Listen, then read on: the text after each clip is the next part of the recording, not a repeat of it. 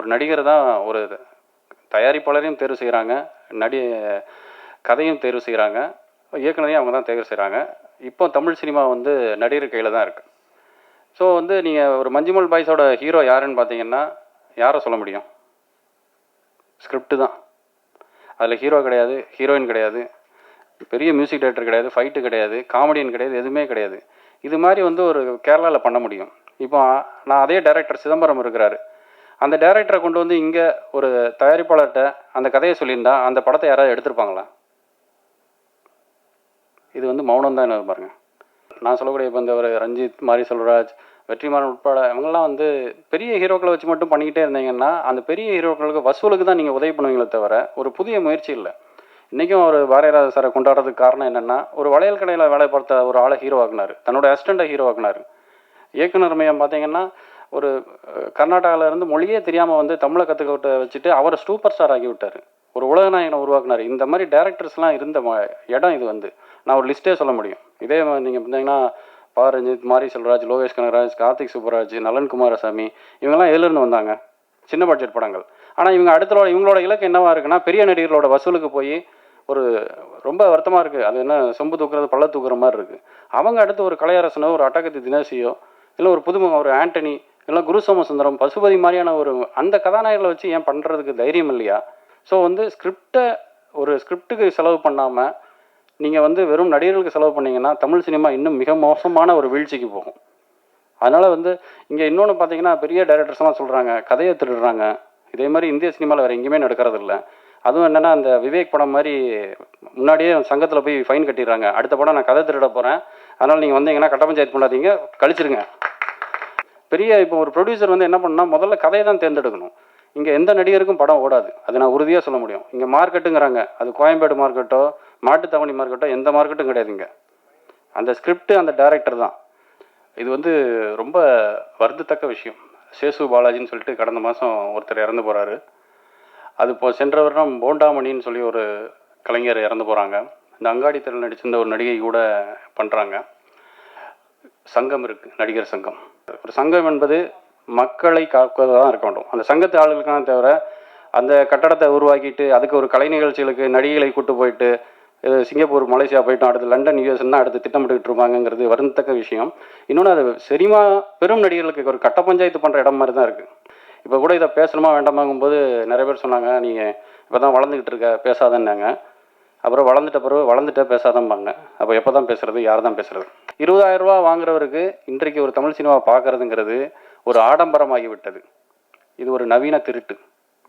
ஒரு எளிய மக்களின் கலை சினிமாங்கிறது வந்து காலையில் வேலை செஞ்சுட்டு சாயங்காலம் படம் பார்த்துட்டு இருந்த ஒரு சமூகம் இன்றைக்கி வியாபார நோக்கத்தில், மிக முக்கியமாக இதை நான் குற்றம் சாட்டுறது வந்து நடிகர்களோட சம்பளம் தான். இன்றைக்கு 100 கோடி சம்பளம் வாங்குகிற அனைத்து நடிகர்களுமே தமிழ் ரசிகர்களை சட்டப்பூர்வமாக திட்டமிட்டு திருடுகிறார்கள். இது தமிழ் ரசிகர்களுக்கு தெரிய மாட்டேங்குது.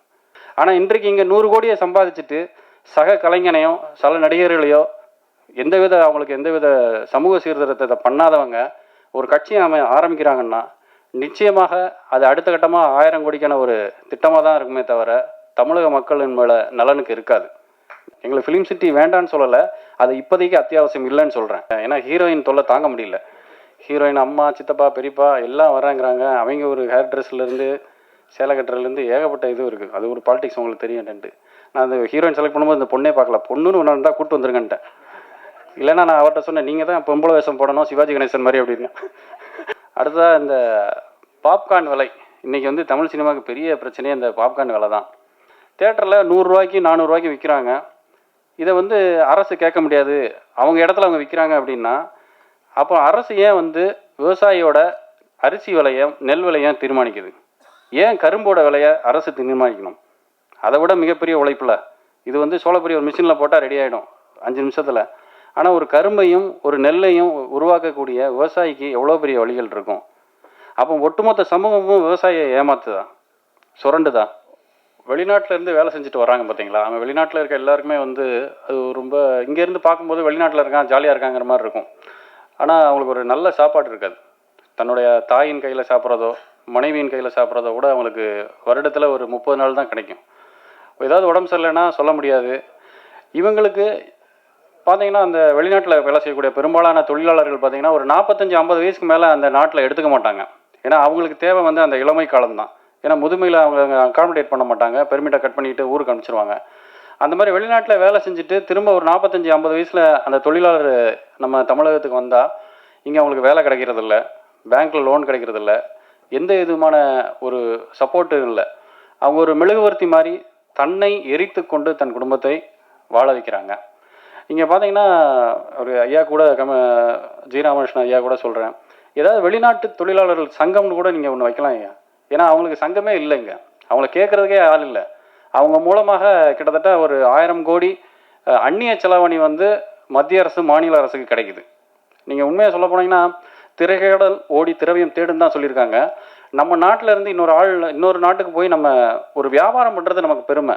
அதை தான் நமக்கு பழைய இது. இப்போ ராஜராஜ சோழன்லாம் சொல்லியிருக்கோம், ராஜேந்திர சோழன்லாம் கெடாரம் கொண்டாலாம் சொல்கிறோம். ஆனால் இந்த நாட்டில் தமிழ்நாட்டில் இருந்து நம்ம வெளிநாட்டுக்கு வேலைக்கு போகும்போது அது வந்து இங்கே அவங்க சுயமாக வேலை செய்கிற மாதிரி, வியாபாரம் செய்கிற மாதிரி அந்த ஒரு வேலை வாய்ப்பையும் ஒரு தொழிலையும் எப்படி ஒரு மகளிர் சுய உதவி குழுவுக்கு வந்து ஒரு சிஸ்டம் இருக்குது, கவர்மெண்ட் சப்போர்ட் பண்ணுது. அதே மாதிரி இவங்களுக்கும் ஒரு சின்ன ஒரு ஏதாவது ஒரு பெட்டி கடை வைக்கிறதோ இல்லை சுயதொழில் ஏதோ ஒன்று பண்ணுறதுக்கு வந்து ஒரு சங்கம் இங்கே தேவைப்படுதுங்கய்யா. அதை நீங்கள் வந்து பரிசீலிக்கணும். கம்யூனிஸ்ட் கட்சி தான் அதை பண்ண முடியும். ஏன்னா அதுதான் லாப நோக்கம் இல்லாத கட்சியாக இருக்குது. மற்ற எந்த கட்சியாக இருந்தாலும் என்ன கிடைக்கும்னா கமிஷன் பேசிஸில் போயிட்டுருக்கு. அதனால் கம்யூனிஸ்ட் கட்சி தான் வந்து என்னென்னா மக்கள் நலனில் இருக்குது. அதனால தான் இதை வந்து ஒரு இயக்கமாக தொடங்கணும். ஏன்னா அவங்க இங்கே வந்த பிறகு என்னென்னா வீட்டில் மதிப்பு இருக்காது. ஏன்னா அவங்க ஒரு ஏடிஎம் மிஷின் மாதிரி, அந்த வெள்ளிக்காசு சம்பாதிக்கிறவருக்கு மரியாதை இருக்கும், வீட்டுக்கு வந்துட்டு அது செல்லா காசு ஆயிடுவாங்க. ஸோ அதனால் ரொம்ப அவங்களுக்கு மன உளைச்சலாகும். இது மாதிரியான ஒரு துன்பத்திலலாம் அவங்க இருக்கிறாங்க. இதெல்லாம் தாண்டி அவங்க ஜெயிக்க வச்ச அந்த பிள்ளைகளே வந்து அப்பா என்ன பண்ணிட்டீங்க அப்படின்னு ஒரு வார்த்தையில் கேட்டுட்டு போயிடுவாங்க. இல்லை பொண்டாட்டி வந்து என்ன நீ பெருசாக பண்ணிட்டேங்கிற மாதிரி ஒரு கேள்விலாம் வரும்போது ரொம்ப அது வருத்தமாக இருக்கும். ஆனால் அதே மாதிரி ரொம்ப சோகமாக சொல்லிடக்கூடாதனால காமெடிலாம் வச்சுருக்கோம். ஒரு துராசர்லாம் நல்ல ஒரு காமெடி கேரக்டர் பண்ணியிருக்கிறாரு. ரொம்ப சந்தோஷம். ஒரு நகைச்சுவை நடிகருடைய ஒரு நாள் சம்பளம் என்பது 10 லட்ச ரூபா, அவங்க அசிஸ்டண்ட்டுக்கு 30,000 ரூபா, அதில் வந்து 2,000 ரூபா மட்டும் கொடுத்துட்டு 28,000 ரூபா அவரே எடுத்துக்கிறதா ஒரு பேச்சு இருக்குது. அதே போல் ஒரு நகைச்சுவை நடிகர் 10 லட்ச ரூபா எல்லாமே இறந்து போகிறார். இது வந்து ரொம்ப வருந்தத்தக்க விஷயம். சேசு பாலாஜின்னு சொல்லிட்டு கடந்த மாதம் ஒருத்தர் இறந்து போகிறாரு. அது இப்போ சென்ற வருடம் போண்டாமணின்னு சொல்லி ஒரு கலைஞர் இறந்து போகிறாங்க. இந்த அங்காடி தெருவில் நடிச்சிருந்த ஒரு நடிகை கூட பண்ணுறாங்க. சங்கம் இருக்குது, நடிகர் சங்கம். இன்றைக்கி வந்து கட்டடத்தை உருவாக்கிட்டு இருக்காங்க. நடிகர்களை வாழ்க்கையை காப்பாற்றாமல் எதுக்கு அந்த சங்கம்? அது தென்னிந்திய நடிகர் சங்கங்கிறாங்க. வெறும் செங்கலையும் சிமெண்ட்டையும் கட்டி என்ன பண்ண போகிறோம்? மனித உரிமைகளை காப்பாற்றாமல். இது ரொம்ப வருத்தத்தக்க விஷயம். இன்றைக்கி எனக்கு அது ரொம்ப உறுத்திக்கிட்டே இருந்துச்சு. கேட்டால் எனக்கு தெரியல அப்படிங்கிறப்பாங்க. எங்கள் சங்கத்தில் இல்லைம்பாங்க. ஏன் சங்கத்தில் இல்லை? சங்கத்தோட அடிப்படை உறுப்பினர் வந்து 1,50,000 லட்ச ரூபான்னு நினைக்கிறேன். இது வந்து சினிமா நடிகர் சங்கம் இல்லை. புரட்சித் தலைவர் எம்ஜிஆர் அவர்களும் சிவாஜி அவர்களும் இந்த சங்கத்தை ஆரம்பித்தப்போ தென்னிந்திய சினிமா நடிகர் சங்கம் ஏன் வைக்கலைன்னா அங்கே நிறைய நாடக நடிகர்கள் இருந்தாங்க, இன்னும் இருக்காங்க மதுரையில், புதுக்கோட்டையில். நமக்கு தெரிஞ்ச சேசு பாலாஜி, போண்டாமணி போன்றவர்கள் இறந்துக்கிட்டு இருக்காங்க. தெரியாமல் மதுரையிலையும் புதுக்கோட்டையிலையும் இன்னும் எத்தனையோ துணை நடிகர்கள், கதாபாத்திர நடிகர்கள் ஒரு மருத்துவ செலவுக்கு இல்லாமல் இறக்கும்போது ஒட்டுமொத்த தமிழ் சினிமாவே வந்து ஒரு சமூகம் கேலி பேசுது. மக்கள் நீங்கள் வந்து ஃபேஸ்புக்கில், ட்விட்டர்லாம், அந்த யூடியூப்லாம் கமெண்ட்டில் போடுறாங்க, ஏன் இவங்களை காப்பாற்ற முடியல? அந்த கலைஞர் இன்று இருந்திருந்தால் பல பேரை சிரிக்க வச்சுருப்பார். அவருக்கு வரக்கூடிய சம்பளத்தில் பல பேருக்கு உதவி இருந்தார். இதெல்லாம் வந்து நடிகர் சங்கம் வந்து இதுக்கு ஒரு தீர்வு காணணும். எங்கள் சங்கத்தில் உறுப்பினர்கள்னு சொல்கிறது வந்து ஒரு முறையான இது கிடையாது. ஒரு சங்கம் என்பது மக்களை காப்பதாக இருக்க வேண்டும். அந்த சங்கத்து ஆளுகளுக்கான தவிர அந்த கட்டடத்தை உருவாக்கிட்டு அதுக்கு ஒரு கலை நிகழ்ச்சிகளுக்கு நடிகைகளை கூட்டு போயிட்டு சிங்கப்பூர், மலேசியா போயிட்டோம், அடுத்து லண்டன், யூஎஸ்ன்னா அடுத்து திட்டமிட்டுக்கிட்டு இருப்பாங்கிறது வருந்தத்தக்க விஷயம். இன்னொன்று, அது சினிமா பெரும் நடிகர்களுக்கு ஒரு கட்ட பஞ்சாயத்து பண்ணுற இடம் மாதிரி தான் இருக்குது. ரெட் கார்டு போட்டோம்னா அங்கே போய் பஞ்சாயத்து பண்ணுற மாதிரி இருக்குது. இதுக்கு இல்லை நடிகர் சங்கம். நான் நடிகர் சங்கத்தில் இல்லை, அதனால் நான் விமர்சனம் பண்ண முடியும். ஏன்னா அது வெளியில் இருந்தால் நான் பண்ண முடியும், உள்ளே இருந்தால் அது. இப்போ கூட இதை பேசணுமா வேண்டாமாங்கும்போது நிறைய பேர் சொன்னாங்க, நீங்கள் இப்போ தான் வளர்ந்துக்கிட்டு இருக்க, பேசாதன்னாங்க. அப்புறம் வளர்ந்துட்டே பேசாதம்பாங்க. அப்போ எப்போ தான் பேசுகிறது? யார் தான் பேசுகிறது? நடிகர்களை வந்து வசூலை வச்சு தீர்மானிக்காதீங்க. உங்களை ஒருத்தர் சிந்திக்க வைக்கிறாரு, சந்தோஷப்படுத்துகிறாரு அப்படின்னா எல்லா நடிகரும் ஒரே விஷயந்தான். அப்படி தான் நமக்கு கருப்பு வேலையில் இருந்தது. அவர் மக்கள் தலைவமாக இருந்தாலும் நடிகர் தலைவமாக இருந்தாலும் எம்.ஆர். ராதா அவர்கள், நாகேஷ் அவர்கள், சந்திரபாபுன்னு ஒரு பெரிய பாரம்பரியம் இருந்தது. இன்றைக்கு இல்லை. அது வருந்தத்தக்க விஷயம். இதை வந்து இந்த மேடையில் சொல்லிட்டா இன்னும் நிறைய பேருக்கு போய் சேருங்கிறதுக்காக தான் இதை சொல்கிறேன். ஏன்னா இதுக்கு படத்துக்கு எந்த சம்மந்தமும் இல்லை. அடுத்து இன்னொரு நடிகர் மருத்துவ செலவு இல்லாமல் இறந்தால் அது தமிழ் சினிமாவுக்கு அவமானம். அதை சம்மந்தப்பட்டவர்கள் தலையிட்டு அதுக்காக ஒரு தீர்மானம் ஏற்படுத்தணும். அது ஒரு வெளிநாட்டு தொழிலாளர் தான் இந்த பாட்டை எழுதணும்னு விருப்பப்பட்டேன். அதனால தான் அன்பு தம்பி சிங்கை சுந்தர் அவர்கள் வாய்ப்பு கொடுத்தோன்னு சொல்ல முடியாது. ஏன்னா திறமை இல்லாதவங்களுக்கெல்லாம் வாய்ப்பு கொடுக்க முடியாது. ஸோ திறமை இருக்கும்போது அந்த வாய்ப்பு அவரோட திறமைக்காக கிடைத்தது. நான் சொல்லியிருந்தேன் பார்த்தீங்களா, வெளிநாட்டு தொழிலாளர்கள் வந்து அங்கே இருந்துட்டு இங்கே வந்தால் என்ன பண்ணுறதுன்னு தெரியாமல் அதுக்கு வாழும் உதாரணமே அவர் தான். சிங்கப்பூரில் தான் வேலை பார்த்தாரு. இப்போ திரும்பவும் பார்த்தீங்கன்னா இங்கே வந்துட்டார். இப்போ இங்கே இருக்க முடியல, திரும்ப சிங்கப்பூருக்கு அப்ளை பண்ணியிருக்கிறாரு. இப்படி தான் இருக்குது நிலமை. அதாவது இங்கே வந்து அவர் சினிமாவில் ஜெயிக்கணும் அப்படி இப்படின்னு வந்தார். நம்ம ஒரு வாய்ப்பு கொடுத்தோம். இன்னும் பல பேர் வாய்ப்பு கொடுத்தீங்கன்னா அவரோட குடும்பத்தோடு இங்கேயே வாழ முடியும். ஆனால் பொருளாதார சூழல் நெருக்கடி, திரும்பவும் அது சிங்கப்பூருக்கு முயற்சி பண்ணிகிட்டு இருக்காரு. அவருக்கு ஒரு நல்ல வழி பிறக்கணும். அப்படிலாம் இல்லை, நமக்கு பிடிச்ச விஷயத்த ஒன்று செய்கிறோம். அதுக்கு காரணம் வந்து என்னுடைய குருநாதர் செலியன் சார். ஏன்னா அவர் எங்களுக்கு சினிமா கற்றுக் கொடுத்துருந்தாரு. எங்களுடைய திரைப்படக் கல்லூரி, இது ரெண்டுக்கும் நேரம் நான் நன்றி சொல்லிக்கிறேன். இப்போ சமீபத்தில் வந்து ஒரு மீம்ஸ் பார்த்தேன் நான். அதாவது இப்போ மஞ்சுமல் பாய்ஸ் வந்து பெரிய ஹிட் ஆச்சு. ரொம்ப நல்ல விஷயம். வெளிமொழி பொருள்கள் வந்து தமிழ்நாட்டில் ஓடுறது புதுசு கிடையாது. சங்கராபரணத்துலேருந்து டைட்டானிக்லேருந்து ஓடி இருக்கு. அந்த மீம்ஸில் என்னென்னா தமிழ் சினிமா இயக்குநர்களுக்கு என்னாச்சுன்னு ஒரு கேள்வி பேசியிருந்தாங்க. அது ரொம்ப வருந்தத்தக்கமாக இருந்தது. இன்றைக்கு தமிழ் சினிமா சூழல் பார்த்திங்கன்னா கதையை கேட்டு தயாரிப்பாளர்கள் எடுப்பது குறைந்து விட்டது. ஒரு நடிகர் தான் ஒரு தயாரிப்பாளரையும் தேர்வு செய்கிறாங்க, கதையும் தேர்வு செய்கிறாங்க, இயக்குனரையும் அவங்க தான் தேர்வு செய்கிறாங்க. இப்போ தமிழ் சினிமா வந்து நடிகர் கையில் தான் இருக்குது. ஸோ வந்து நீங்கள் ஒரு மஞ்சுமல் பாய்ஸோட ஹீரோ யாருன்னு பார்த்தீங்கன்னா யாரை சொல்ல முடியும்? ஸ்கிரிப்டு தான். அதில் ஹீரோ கிடையாது, ஹீரோயின் கிடையாது, பெரிய மியூசிக் டைரக்டர் கிடையாது, ஃபைட்டு கிடையாது, காமெடியன் கிடையாது, எதுவுமே கிடையாது. இது மாதிரி வந்து ஒரு கேரளாவில் பண்ண முடியும். இப்போ நான் அதே டைரக்டர் சிதம்பரம் இருக்கிறாரு. அந்த டைரக்டரை கொண்டு வந்து இங்கே ஒரு தயாரிப்பாளர்கிட்ட அந்த கதையை சொல்லியிருந்தா அந்த படத்தை யாராவது எடுத்திருப்பாங்களா? இது வந்து மௌனம் தான். என்ன பாருங்கள், ஐயா வந்து நம்ம நந்தகோபால் சார் கூட 96ன்னு ஒரு அருமையான படம் எடுத்திருந்தார். எந்த வித ஒரு ஆபாசமும் இல்லாமல் ரொம்ப அருமையான படம். அதே மாதிரி பார்த்தீங்கன்னா ஒருத்தரை குற்றம் சொல்கிறதுக்கு முன்னாடி இங்கே என்ன நடக்குன்னு தெரியணும். இங்கே சினிமா அரசியல் புரியாமல் வேணும்னே வந்து இங்கே தலை சிறந்த இயக்குநர்கள்லாம் இருக்காங்க இந்தியாவிலேயே. வந்து அவர் வந்து ஸ்ரீதர் சாரில் இருந்து பாரதிராஜா, பாலச்சந்தர், இயக்குனர் மியூமிலேருந்து எல்லாருமே இன்றைக்கும் இருக்கிறாங்க. ஸோ ஆனால் இன்றைக்குமே என்னென்னா பெரிய இயக்குநர்கள், நான் சொல்லக்கூடிய இப்போ இந்த ஒரு ரஞ்சித், மாரி செல்வராஜ், வெற்றிமாறன் உட்பட இவங்கெல்லாம் வந்து பெரிய ஹீரோக்களை வச்சு மட்டும் பண்ணிக்கிட்டே இருந்தீங்கன்னா அந்த பெரிய ஹீரோக்களுக்கு வசூலுக்கு தான் நீங்கள் உதவி பண்ணுவீங்களே தவிர ஒரு புதிய முயற்சி இல்லை. இன்றைக்கும் ஒரு பாரதிராஜா சாரை கொண்டாடுறதுக்கு காரணம் என்னென்னா ஒரு வளையல் கடையில் வேலை பார்த்த ஒரு ஆளை ஹீரோ ஆக்குனார், தன்னோட அசிஸ்டண்ட்டை ஹீரோ ஆக்குனார். இயக்குனர் மையம் பார்த்தீங்கன்னா ஒரு கர்நாடகாவிலேருந்து மொழியே தெரியாமல் வந்து தமிழை கற்றுக்கிட்ட வச்சுட்டு அவரை சூப்பர் ஸ்டார் ஆக்கி விட்டார். ஒரு உலக நாயகனை உருவாக்குனார். இந்த மாதிரி டேரக்டர்ஸ்லாம் இருந்த இடம் இது. வந்து ஏன் வந்து இந்த மாதிரி ஒரு ஹீரோக்கள் வந்து பார்த்திங்கன்னா சின்ன பட்ஜெட்டில் தான் வர முடியும். ஒரு நல்ல கதை அம்சம் கொண்ட இயக்குநர்கள் எல்லாரும் பார்த்திங்கன்னா நான் ஒரு லிஸ்ட்டே சொல்ல முடியும். இதே நீங்கள் பார்த்தீங்கன்னா ரஞ்சித், மாரி செல்வராஜ், லோகேஷ் கனகராஜ், கார்த்திக் சுப்பராஜ், நலன் குமாரசாமி, இவங்கெல்லாம் எதிலிருந்து வந்தாங்க? சின்ன பட்ஜெட் படங்கள். ஆனால் இவங்களோட இலக்கு என்னவா இருக்குன்னா பெரிய நடிகர்களோட வசூலுக்கு போய் ஒரு ரொம்ப வருத்தமாக இருக்குது. அது என்ன சொம்பு தூக்குறது பள்ள தூக்குற மாதிரி இருக்குது. அவங்க அடுத்து ஒரு கலையரசனோ, ஒரு அட்டகத்தி தினேசியோ, இல்லை ஒரு புதுமுகம், ஒரு ஆண்டனி, இல்லை குரு சோமசுந்தரம், பசுபதி மாதிரியான ஒரு அந்த கதாநாயகர்களை வச்சு ஏன் பண்ணுறதுக்கு தைரியம் இல்லையா? வசூலுக்கு பின்னாடி போனால் அவங்களுக்கு நிலையான ஒரு வாழ்க்கை இருக்காது. இன்றைக்கும் நம்ம வந்து இயக்குனர் இமயம், இயக்குனர் செய்கிறாங்கிறோம்.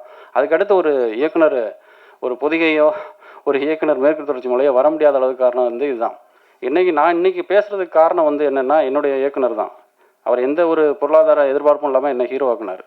ஸோ வந்து ஸ்கிரிப்டுக்கு செலவு பண்ணாமல் நீங்கள் வந்து வெறும் நடிகர்களுக்கு செலவு பண்ணிங்கன்னா தமிழ் சினிமா இன்னும் மிக மோசமான ஒரு வீழ்ச்சிக்கு போகும். அதனால் வந்து இங்கே இன்னொன்று பார்த்தீங்கன்னா பெரிய டைரக்டர்ஸ்லாம் சொல்கிறாங்க கதையை திருடுறாங்க.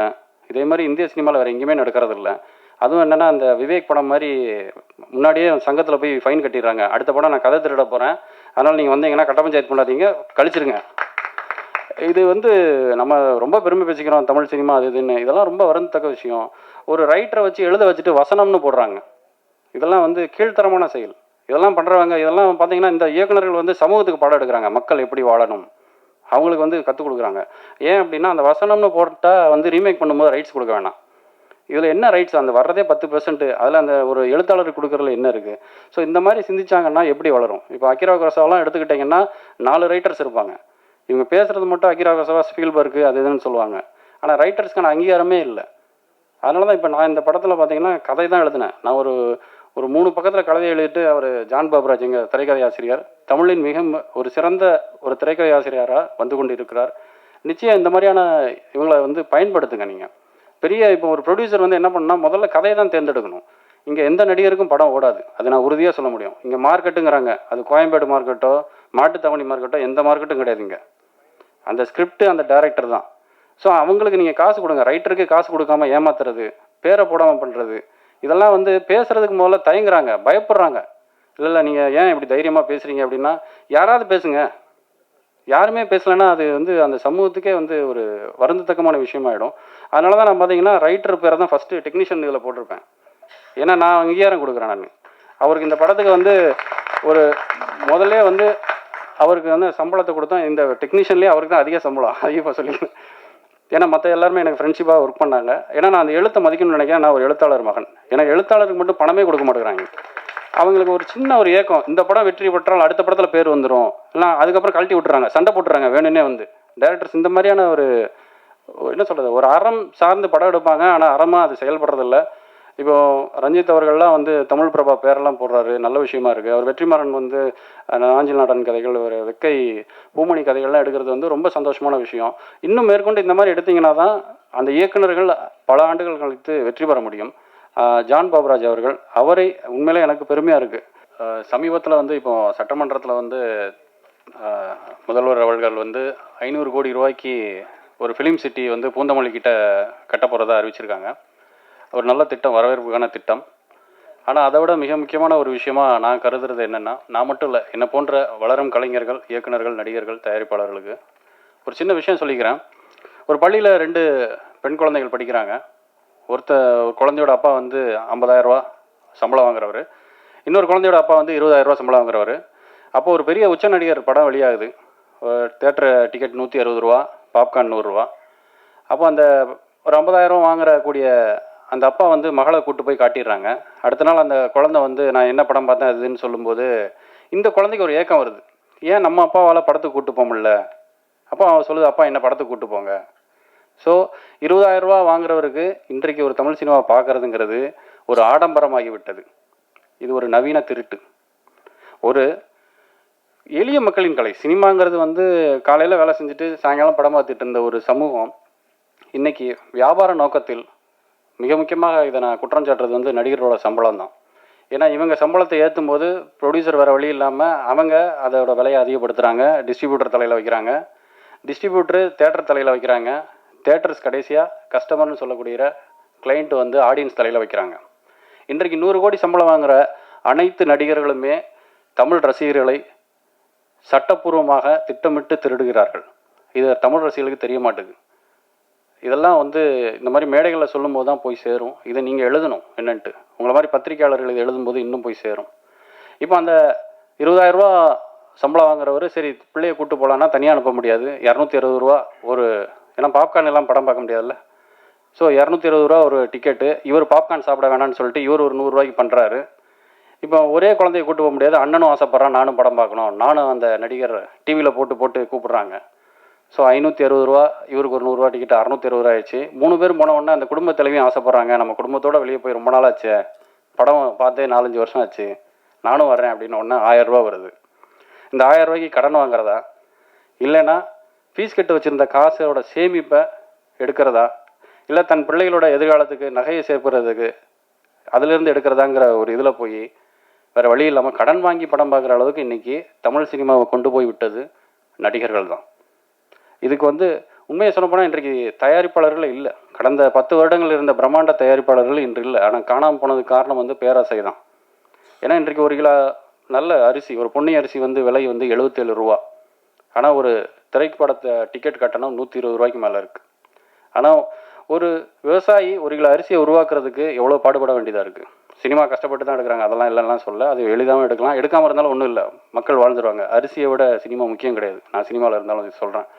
ஸோ இந்த திருட்டை வந்து மக்களுக்கு புரியணும்.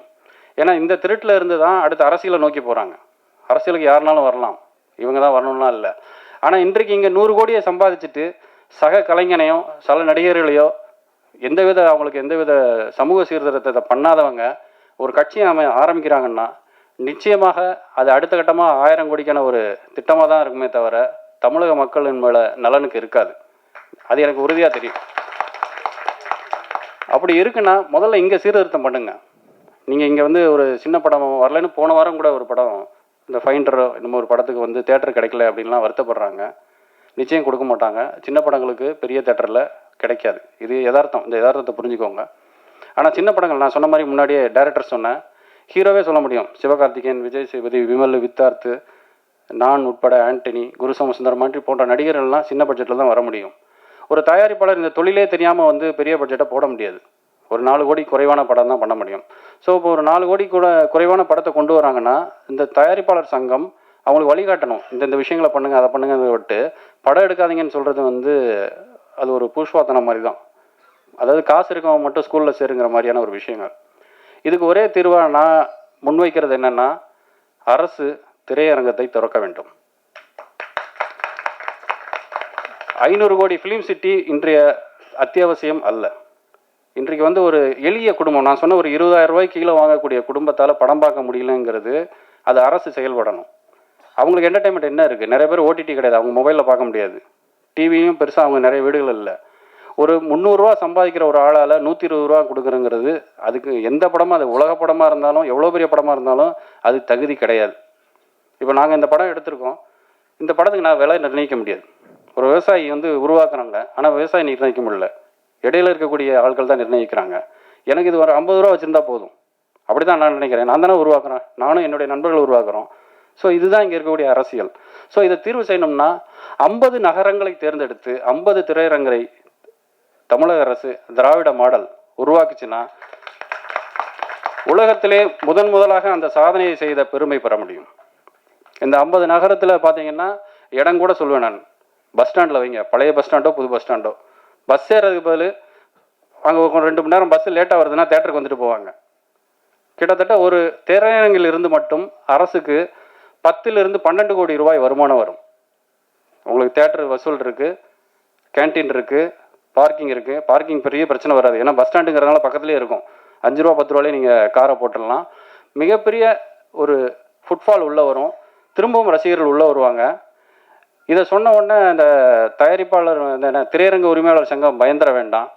ஏன்னா நம்ம ஒரு நல்ல திட்டத்தை முன்வைக்கும் போது அவங்க என்ன பண்ணுவாங்கன்னா, அரசு திறந்துட்டாங்கன்னா நம்ம கூட்டம் வர மாட்டாங்கன்னு சொல்லி சம்மந்தப்பட்ட அதிகாரிகளுக்கு காசை கொடுத்து அந்த திட்டத்தை கிடப்பில் போட சொல்லக்கூடிய ஒரு வாய்ப்பு இருக்குது. ஏன்னா நமக்கு அப்படியான ஒரு சமூகம் அமைந்திருக்கு. நிச்சயம் நம்ம ஒரு கவர்மெண்ட் ஸ்கூல் ஓப்பன் பண்ணுறதுனால ப்ரைவேட்டுக்கு எந்த பாதிப்பும் வராது. ஒரு ரேஷன் கடை ஓப்பன் பண்ணுறதுனால சூப்பர் மார்க்கெட்டுக்கு பாதிப்பு வராது. ஒரு சமூக நலம் கூட உருவாக்குறதுனால அரசு உங்களுக்கு வந்து ஒரு கல்யாண மண்டபம் பிரச்சனையாகாது. இது வந்து 20,000க்கு கீழே அரசு வந்து இந்த திரையரங்கத்தை இதை ஒற்றை மனிதனாக நான் மட்டும் சாத்தியப்படுத்த முடியாது. ஏன்னா நான் சொன்ன மாதிரி உதவி இயக்குநர்கள் இதுக்கு வந்து குரல் கொடுக்கணும். நீங்கள் 4 கோடி கீழே தான் படம் பண்ண முடியும், அதுதான் சாத்தியம். இல்லைன்னா ஒரு நடிகர் பின்னாடி போய் வாழ்க்கையை தொலைக்க வேண்டியதாக இருக்கும். அப்போ புது நடிகர்கள் யார் யாரெல்லாம் ஹீரோ ஆகணும், நடிக்கணும்னு ஆசைப்படுறாங்களோ அவங்க எல்லாம் சமூக வலைத்தளங்களில் இதை பற்றி எழுதுங்க. ஒரு ஏன் அரசு வந்து முதல் திரையரங்கத்துக்கு நீங்கள் கலைஞர் பேரை சூட்டுங்க.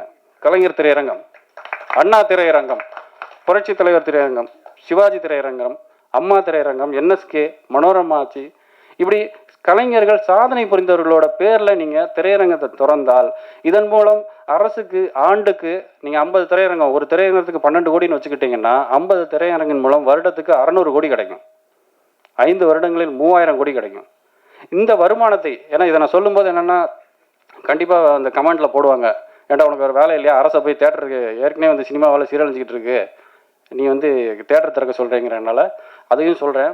இந்த 600 கோடி வருமானத்தை நீங்கள் அரசு பள்ளிக்கு செலவிடலாம், அரசு கல்லூரிகளுக்கு, அரசு மருத்துவமனைக்கு. திரும்ப மக்களின் பணம் மக்களுக்கே போய் சேரும். ஃபிலிம் சிட்டியின் மூலம் இந்த முதலீட்டை எடுக்க முடியாது. ஈவன் அந்த கான்ட்ராக்ட் யார் அந்த ஃபிலிம் சிட்டிக்கு கான்ட்ராக்ட் கொடுத்துருக்கீங்களோ அவங்களுக்கே அந்த 50 தேட்டரை கட்டுறதுக்கான கான்ட்ராக்டை கொடுக்க முடியலாம். ஏன்னா இவ்வளோ ஆய்வு செஞ்சுருக்கேன். 1 மாதமாக நீங்கள் இதை வந்து ஒரு பெப்சி சங்கம், தயாரிப்பாளர் சங்கம், நடப்பு தயாரிப்பாளர் சங்கம், சிறுகுட பட தயாரிப்பாளர் சங்கம், இயக்குனர் சங்கம்னு சொல்லிட்டு எல்லாருமே வந்து அரசு திரையரங்கத்தை திறந்தால் நிச்சயம் வந்து தமிழ் சினிமா மீண்டு வர முடியும். ஏன்னா பெரிய ஒரு ஓப்பனிங் வரும். நான் நடிகருக்கு கதை பண்ணவே கூடாதுன்னு என்னன்ட்டு. ஏன்னா நடிகர்கள் என்ன பண்ணுவாங்கன்னா, உங்களை பயன்படுத்துவாங்க, ஒரு இயக்குனரை, தயாரிப்பாளரை. அந்த வந்து எப்படி அவங்ககிட்ட இருந்து அதை அவங்க அறிவை பயன்படுத்துறது, அவங்க பணத்தை பயன்படுத்துறதுன்னு நினைப்பாங்க. சமூகத்துக்கு அவங்களால ஒரு நல்ல படம் நிச்சயம் வரவே வராது. ஸோ அரசு இதை ஆவணம் செய்ய வேண்டும் என்று இருக்கிறேன். இல்லை, ஆக்சுவலாக இப்போ இந்த கதாநாயகிகளோட பிரச்சனை என்ன தெரியுமா உங்களுக்கு? நான் அது நினச்சேன் சார். நான் ஆக்சுவலாக என்னென்னா, நான் ஒரு சம்பத் சார் தான் கூப்பிட்டு வந்தார். ஏன்னா ஏதாவது ஒரு பொண்ணை பிடிச்சிருங்க, ஏன்னா ஹீரோயின் தொல்லை தாங்க முடியல. ஹீரோயின் அம்மா, சித்தப்பா, பெரியப்பா எல்லாம் வராங்கிறாங்க. அவங்க ஒரு ஹேர் ட்ரெஸ்லேருந்து சேலை கட்டுறதுலேருந்து ஏகப்பட்ட இது இருக்குது. அது ஒரு பாலிடிக்ஸ் உங்களுக்கு தெரியும் என்னன்ட்டு. நான் அந்த ஹீரோயின் செலக்ட் பண்ணும்போது இந்த பொண்ணே பார்க்கல, பொண்ணுன்னு ஒன்று இருந்தால் கூப்பிட்டு வந்துருங்கன்ட்டேன். இல்லைன்னா நான் அவர்கிட்ட சொன்னேன், நீங்கள் தான் பொம்பளை வேஷம் போடணும் சிவாஜி கணேசன் மாதிரி அப்படின்னு. அவர் பயந்துட்டார். கடந்த இதில் பேசின மாதிரி ஊட்டியில் வந்து அரசு ஒரு திரையரங்கம் நடத்தி கொண்டு இருக்குது. எவ்வளோ பேருக்கு தெரியும்னு தெரியாது. ஊட்டியில் ஒரே ஒரு திரையரங்கம் இருக்குது, அது அரசு தான் நடத்துது. அதோட நேரடி வருமானம் கலெக்டருக்கு போகுது. ஸோ அது ஏற்கனவே இருக்கிறது. தொடர்ந்து அந்த அதை அடுத்து கவர்மெண்ட்டோட தான் சிறப்பு. அது இன்னும் நிறையா வரும்போது என்னென்னா, செகண்ட் ரிலீஸ் மாதிரி கொண்டு போடலாம். பெரிய படங்கள் ஒரு தடவை ஓடி அங்கே மல்டிப்ளெக்ஸ் மாதிரி வைக்கும்போது, ஏன்னா எல்லாரும் படம் பார்க்கணும். சமூக நீதிங்கிறது என்னென்னா, எல்லாரும் படிக்கணுங்கும்போது பிள்ளைகள், அதாவது குழந்தைகள், நான்லாம் வந்து சினிமா தேட்டர் தான் வளர்ந்தேன். சும்மா இருந்தால் படத்துக்கு போயிடுவோம், அவ்வளோதான். என்ன படம் தெரியாது. சாமி படம் பார்ப்போம், சண்டை படம் பார்ப்போம், இந்த மிருகங்கள் படங்கள், ஜாக்கி சான் படம்லாம் அப்படி தான் பார்த்து வளர்ந்தோம். 5 ரூபா 2 ரூபா டிக்கெட்டில் இருந்தோம். இன்றைக்கு வந்து இது அதீத லாப நோக்க வெறி தான். அது அங்கேயுமே கம்யூனிசம் தான் வந்து நிற்கிது. எல்லாருக்கும் அந்த இது போய் சேரணும்ல. ஒரு குழந்தை ஆசைப்படுது, அதை செய்ய முடியலன்னா அந்த தகப்பனுக்கு எவ்வளோ பெரிய வருத்தம் இருக்கும். அதனால் அதை வந்து அரசு ஆவணம் செய்யணும். அதே போல் கம்யூனிஸ்ட் மாடல் பக்கத்து கேரளா ஸ்டேட்டில் ஓடிடி ஆரம்பிச்சிட்டாங்க. அடுத்து நம்ம அரசு ஓடிடி நிச்சயம் ஆரம்பிக்க வேண்டும். ஏனென்றால் கடந்த வருடம் 248 படம் சென்சார் வாங்கி ரிலீஸ் ஆகிருக்கு. அதில் 120 படங்கள் மட்டும்தான் ஓடிடி எடுத்திருக்காங்க. மீச்சம் இருக்கக்கூடிய 128 படங்கள் எங்கேயுமே வெளியாகலை. ஸோ ஒரு படத்துக்கு நீங்கள் 1 லட்ச ரூபா என்ட்ரி ஃபீஸ் மாதிரி வச்சிங்கன்னா கிட்டத்தட்ட 1 கோடி ரூபா கிடைக்கும். 100 படங்களை நீங்கள், ஏன்னா சின்ன படங்களை வந்து இங்கே உண்மையாக சொல்லணும் போனீங்கன்னு வச்சுக்கோங்களேன், இங்கே நிறைய மீடியேட்டர்ஸ் வந்து தப்பான ஆட்களாக இருக்காங்க. எல்லாருமே நான் தான் அமேசான், நெட்ஃப்ளிக்ஸ் ஓனர்னே சொல்லிடுறாங்க. வாங்க நான் ரிலீஸ் பண்ணி விட்றேன் அப்படின்னு சொல்லிட்டு அப்புறம் காசை வாங்கிட்டு ஆளை காணாமல் போயிடுறாங்க. அப்போ வந்து தயாரிப்பாளர் சங்கம் இவங்க தாங்க அக்ரிகேட்டரு, இவங்க தான் மீடியேட்டர், இவங்களை தொடர்பு கொள்ளுங்கிற நம்பரை போடலாம். அவர் தனஞ்சயன் சார் அதை வந்து ஒரு புக்கு போட்டுட்ருக்காரு, ரொம்ப அருமையான புக்கு, நடப்பு தயாரிப்பாளர் சங்கத்தில். அதுலேருந்து கூட எனக்கு நிறைய தொடர்புகள் கிடச்சிது. ஸோ இந்த ஓடிடி வந்து என்னென்னா, உலகெங்கிலும் இருக்க தமிழர்களை ஒன்று இணைக்க முடியும். வெறும் ஒரு 500 ரூபா வருட சந்தா 500 ரூபா வச்சிங்கன்னா 10 லட்சம் தமிழர்கள் உலகம் முழுக்க இருந்து சேரும்போது கிட்டத்தட்ட ஓடிடியில் இருந்து மட்டும் தமிழக அரசுக்கு 60 கோடிக்கு மேலே கிடைக்கும். இதெல்லாம் உபரி வருமானம். இதை பண்ணுவதன் மூலம் நமக்கு அவங்களோட டேட்டா பேஸ் கிடைக்கணும். ஸோ ஏதாவது ஒரு விஷயம் அதில் விளம்பரங்கள் போடலாம். ஸோ இதெல்லாம் எப்படி அரசு ஒரு கேபிள் உருவாக்குறாங்களோ அதே மாதிரி அரசு ஓடிடி மற்றும் திரையரங்கத்தை உருவாக்கினால் மட்டும்தான் அது தமிழக மக்களுக்கும் நல்லது. தமிழ் திரையுறமும் தான் வரும். எங்களுக்கு ஃபிலிம் சிட்டி வேண்டான்னு சொல்லலை, அது இப்போதைக்கு அத்தியாவசியம் இல்லைன்னு சொல்கிறேன். ஏன்னா 5 கோடி கீழே இருக்க படங்கள் எதுவுமே ஃபிலிம் சிட்டியில் போய் நாங்கள் ஷூட்டிங் பண்ணுறதோ எதுவுமே பண்ண முடியாது. ஸோ அது எல்லாமே மேல்தட்டு. இது நீங்கள் அந்த பெரிய பட்ஜெட் படங்கள்லாம் பார்த்தீங்கன்னா கான்வென்ட் பசங்க மாதிரி, அவங்க அப்பா நீட்டு தேர்வு கொண்டு வந்தாலும் சேர்த்து விட்டுருவாரு, எப்படியாவது சேர்த்து விட்டு காசு கொடுத்தாவது அந்த படத்தை ரிலீஸ் பண்ணி விட்டுருவாரு. எங்களை மாதிரி வளரும் கலைஞர்கள், மிக முக்கியமாக திரும்ப சொல்கிறதுன்னா புது இயக்குநர்கள், இந்த ஒரு படம் பண்ண இயக்குநர்கள், புது ஹீரோக்கள், புது தயாரிப்பாளர்கள்லாம் வந்து கவர்மெண்ட் ஸ்டூடெண்ட் மாதிரி. ஒரு அரசு வந்து கான்வென்ட்டுக்கு சப்போர்ட் பண்ணணுமா, கவர்மெண்ட் ஸ்டூடெண்ட்டுக்கு சப்போர்ட் பண்ணுமாங்கிறது கவர்மெண்ட் தான் முடிவு பண்ணணும். இது வந்து நம்ம தனி மனிதனாக இல்லாமல் ஒரு இயக்கமாக, ஒரு கையெழுத்து இயக்கமாக கூட ஆரம்பித்து வைக்கலாம். அதை ஐயா ஜி ராமகிருஷ்ணன் அவர்கள் கூட ஆரம்பித்து வைக்கலாம். முதல் கையெழுத்திட்டு அந்த பெருமை உங்களுக்கு சேரும். என்னென்னா, ஒரு அரசு திரையரங்கத்தை ஒரு ஐயா கம்யூனிஸ்ட் அவர்கள் பண்ணும்போது எல்லாருக்கும் எல்லாம் போய் சேரணும். ஒரு கலை என்பது மக்களுக்கு தானே, ஏன்னா அப்படித்தான் இருக்கணும். ஒரு அந்த மாதிரி என்னென்னா, இந்த ஓடிடியும் அரசு கையில் எடுக்கும்போது அரசுக்கு நிச்சயம் மிகப்பெரிய ஒரு வியாபார அழுத்தம் இருந்தாலும் இது பெருசாக அவங்கள பாதிக்காது. மற்ற கார்ப்பரேட் முதலாளிகளுக்கு இன்னொன்று ஓடிடி நடத்துகிற ரொம்ப சிம்பிள். நீங்கள் ஒரு கோடி ரூபாவில் ஈஸியாக நடத்திட முடியும். அதுக்கான ஸ்பேஸ் மட்டும் வாங்கினா போதும். அது தமிழக அரசு பண்ண முடியும். இதெல்லாம் பண்ணும்போது என்னென்னா, அரசு திராவிட மாடலுக்கு ஒரு மிகப்பெரிய ஒரு அங்கீகாரமாகவும் இருக்கும். திரும்பவும் அது அடுத்த கட்டமாக ஒரு தமிழ் சினிமாவின் வளர்ச்சியாக இருக்கும். இல்லை, நம்ம பெரிய ஹீரோக்கள் பண்ணட்டும். ஏன்னா பெரிய ஹீரோக்கள் பண்ணுறது மூலமாக ஒரு அரசியல் போய் சேரும். ஆனால் சின்ன ஹீரோக்களை வச்சும் பண்ணாங்கன்னா அந்த சின்ன ஹீரோக்கள் வளருவாங்க. இன்னொன்று அதுதான் பெரிய விஷயம். நம்ம என்னென்னா, ஜெயிக்கிற குதிரை மேலே உட்காரத விட நான் இருக்கிற கழுதையாக இருந்தாலும் அதை நான் ஹீரோவாக்கி காட்டுறேங்கிறது தான் ஒரு டைரக்டரோட பலம் அப்படின்னு நான் நினைக்கிறேன். ஸோ அப்படி தான் எல்லாருமே இங்கே பெரிய இப்போ ஸ்ரீதர் சார்லாம் இருக்காருன்னா அவரோட ஆரம்ப கட்டத்தில் அப்படி தான் யாருனாலும் ஹீரோ ஆக்கிட்டு இருந்தார். ரொம்ப சந்தோஷம். அடுத்ததாக இந்த பாப்கார்ன் விலை, இன்றைக்கி வந்து தமிழ் சினிமாவுக்கு பெரிய பிரச்சனையே இந்த பாப்கார்ன் விலை தான். ஒரு பாப்கார்னோட உற்பத்தி செலவு எவ்வளோன்னு யாருக்காவது தெரியுமா? நம்ம எல்லோரும் பாப்கார்ன் சாப்பிட்ருப்போம், குழந்தைகளுக்கு வாங்கி கொடுத்துருப்போம். சார் சொல்லுங்கள் சார், பாசங்க சார், நீங்கள் சொல்லுங்கள். 10 ரூபா தான் இருக்கும், வெறும் சோளப்பொரி, அதில் கொஞ்சம் கெமிக்கலை போடுறாங்க. 5 ரூபா, சரி 5 ரூபான்னு வச்சுக்கோங்க. அதை ஒரு தேட்டரில் 100 ரூபாய்க்கு விற்கிறாங்க. சரி 25 ரூபான்னு வச்சுக்கோங்க. அதை ஒரு தேட்டரில் 100 ரூபாய்க்கு 400 ரூபாய்க்கு விற்கிறாங்க. இதை வந்து அரசு கேட்க முடியாது, அவங்க இடத்துல அவங்க விற்கிறாங்க அப்படின்னா, அப்போ அரசு ஏன் வந்து விவசாயியோட அரிசி விலையம் நெல் விலையம் தீர்மானிக்குது? ஏன் கரும்போட விலையை அரசு தீர்மானிக்கணும்? அதை விட மிகப்பெரிய உழைப்பில் இது வந்து சோளப்பொரி ஒரு மிஷினில் போட்டால் ரெடி ஆகிடும் 5 நிமிஷத்தில். ஆனால் ஒரு கரும்பையும் ஒரு நெல்லையும் உருவாக்கக்கூடிய விவசாயிக்கு எவ்வளோ பெரிய வழிகள் இருக்கும். அப்போ ஒட்டுமொத்த சமூகமும் விவசாயியை ஏமாத்துதா, சுரண்டுதா? இதெல்லாம் வந்து மக்கள் கேள்வியே கேட்க மாட்டேங்கிறாங்க. எனக்கு என்ன வருத்தம்னா, நீங்கள் ஒரு பஸ்ஸில் ஒரு 50 காசு 1 ரூபா உங்களை ஏமாற்றிட்டேன்னா அந்த கண்டக்டரோட சண்டைக்கு போகிறீங்க. இல்லை ஒரு சாக்லேட்டை கொடுத்துட்டா, அந்த 1 ரூபாய்க்கு பதில் ஒரு சாக்லேட்டை கொடுத்தா அவங்க வீரத்தை காட்டுறீங்கல்ல. ஒரு பாப்கார்ன் விலையை உங்கள் பாக்கெட்டில் இருந்து உங்களுக்கு இப்போ இதை தெரிஞ்சுக்கோங்க. நீங்கள் அடுத்த தடவை இந்த வீடியோ யாராவது பார்க்குறீங்கன்னா ஒரு பாப்கார்னை வாங்கும்போது என்னை நினைக்காதீங்க. என்னை நினச்சா பாப்கார்ன் ஞாபகம் வரும். அப்போது உங்களுக்கு 15 ரூபா 25 ரூபா இருக்கக்கூடிய பாப்கார்னை 100 ரூபாயிலேருந்து 400 ரூபாய்க்கு விற்கிறாங்க. அப்போ உங்கள்கிட்ட திருடுறாங்க, அது திருட்டு. அப்படிங்கும்போது நீங்கள் கேள்வி கேட்க மாட்டேங்கிறீங்க. அந்த திரையரங்கை புறக்கணிங்க, அந்த இடத்துக்கு போகாதீங்க. நீங்கள் அது ஒரு சோஷியல் மீடியா இருக்குல்ல, இன்றைக்கி மிகப்பெரிய பலமே சோஷியல் மீடியா தான். ஃபோட்டோ எடுத்து போடுங்க, இந்த மாதிரி திருடுறாங்க, ஒரு 25 ரூபா பாப்கார்னை 400 ரூபாய்க்கு விற்கிறாங்க. இது அரசு தலையிடலாம். இல்லை அப்படி அதில் தலையிடக்கூடாதுன்னா இங்கே விவசாயிகள் உற்பத்தி பொருளை தலையிடக்கூடாது. ஒன்று அங்கே நீங்கள் போகல அப்படின்னா ஒரு விவசாயி அவன் நிலத்தில் நினைக்கிறத அவன் விளைச்சி வச்சுக்கலாம், அவங்க விளை வைக்கலாங்கிறத நினைக்கணும். அப்படி தான் ஒரு இதாக இருக்கணும். இதுவும் ஒரு அரசு கவனத்துக்கு கொண்டு சொல்கிறேன். இப்போது 96 பட தயாரிப்பாளர் அவர்கள்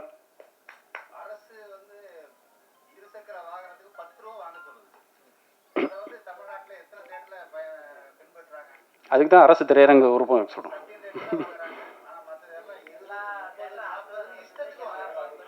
இல்லை சார், அது இது ஒரு விவாதமாக நம்ம பண்ணலாம். நம்ம அது இது ஒரு ஆர்குமெண்ட்டை கொண்டு வந்து இதை நம்ம அரசுக்கு கொண்டு போவோம்.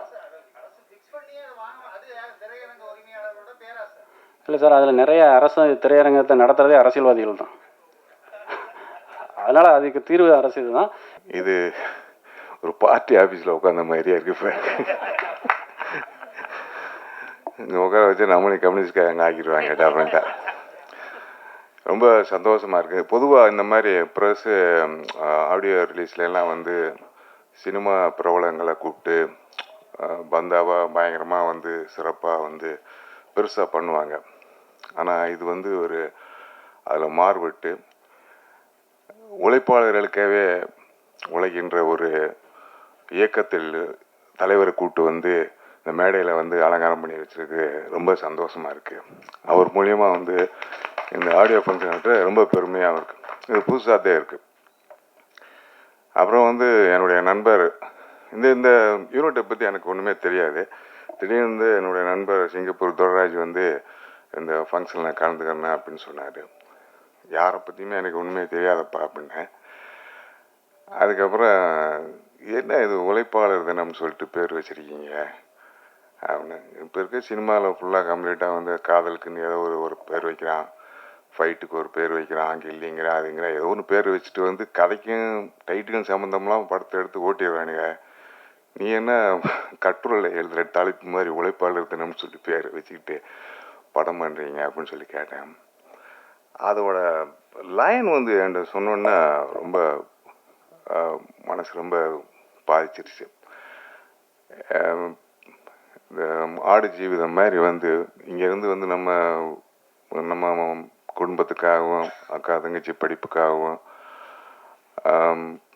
காதல் ஒரு பொண்ணை காதலிச்சு அந்த காதல் வந்து நிறைவேறதுக்காக வந்து கஷ்டப்பட்டு அது பணம் சம்பாரித்து அந்த பிள்ளைய வந்து கைப்பிடிக்கணுங்கிறதுக்காகவும் நமக்காக ஒரு கனவு வீடு கட்டுறதுக்காகவும் அப்படின்னு சொல்லி ஜென்ரலாக நம்ம போகும்போது வந்து அரேபியா, சவுதி அரேபியா, பாலைவனம் அது மாதிரி அது நம்மளுக்கு போனோன்னா அங்கே வந்து வேறு வேலைக்கு கூப்பிட்டு போய் அங்கே வந்து ஆடு மேய்க்கவோ ஒட்டகத்தை மேய்க்கவோ இல்லைன்னா கக்கு செலவோ விட்டுருவானுங்க. ஸோ அப்படி அவங்க கஷ்டப்பட்டு வந்து இங்கே வந்து நம்மளுக்கு வந்து அவங்க கஷ்டப்பட்டு இங்கே வந்து நம்மளை சந்தோஷப்படுத்துறதுக்காக இருக்காங்க அப்படின்னு சொல்லிட்டு அந்த ஒரு லைன் வந்து ரொம்ப பிடிச்சது மாதிரி இருந்துச்சு. ஷேரன் ஒரு படம் பண்ணியிருந்தாங்க. அது போகாமல் அது வெற்றி பெற்றுச்சு. அது அங்கே போகாமையே வந்து அங்கே வேலை பார்த்த மாதிரி. அதே போல் வந்து ட்ரையாக வந்து நம்ம எது சொன்னாலும் வந்து வேலைக்கு வெளிநாட்டுக்கு வேலைக்கு போகிறோம்லாம் வந்து பாலைவனத்தை தான் நம்ம வந்து இது அங்கே தான் சவுதி அரேபியா அதுதான் போகணும். ஆனால் கலர்ஃபுல்லாக சிங்கப்பூர், அருமையான சிங்கப்பூரில் போய் கஷ்டப்பட்டு வேலை பார்க்குறாங்க. அப்படிங்கும்போது இப்போ பாதி படம் வந்து சிங்கப்பூர்லேயே எடுத்துருக்காங்க. வந்து அதை பார்க்குறக்கே போவாங்க ஜனங்க. சிங்கப்பூர் அவரை அழகாக எடுத்திருக்காங்களாம்.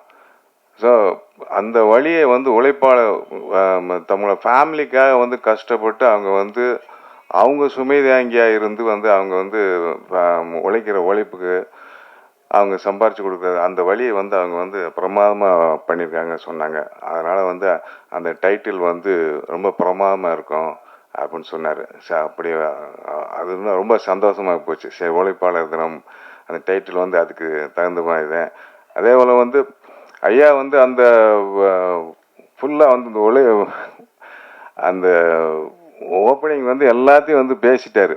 அது வந்து அந்த உழைப்பாளர் தினத்தை பற்றி மேடையை பற்றி வந்து அவ்வளோ பேசும்போது வந்து நம்மளுக்கே புல்லரிக்குது.